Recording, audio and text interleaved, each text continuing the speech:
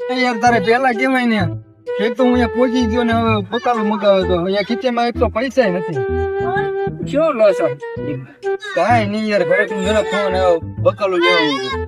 અરે ભલામણ મારે એવો ભાઈબંધ પણ મંગાવવાનું હોય પૈસા હાલ પસારી પદાવ લઈ આવ. શું લેવાનું શાકભાજી? હા લઈ આવો જાઓ. સમજો હું માગી છે નહીં પાછો. અમારો રમેશ. હા જા. આવો આવો રમેશ. કેમ અંકિતભાઈ? સારું.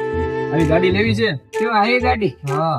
ના રે ના આવી ગાડી યાર મારે 4 વ્હીલર 2 ઘરે પડી છે 10 લાખ અને એ ફલટ છે જલસા કરવી છે. પૂછો આ દીકભાઈ રહ્યા પસારી આપ્યા એને પાછા માગો કોઈ પૈસા આમ જોવાનું જ ન હોય.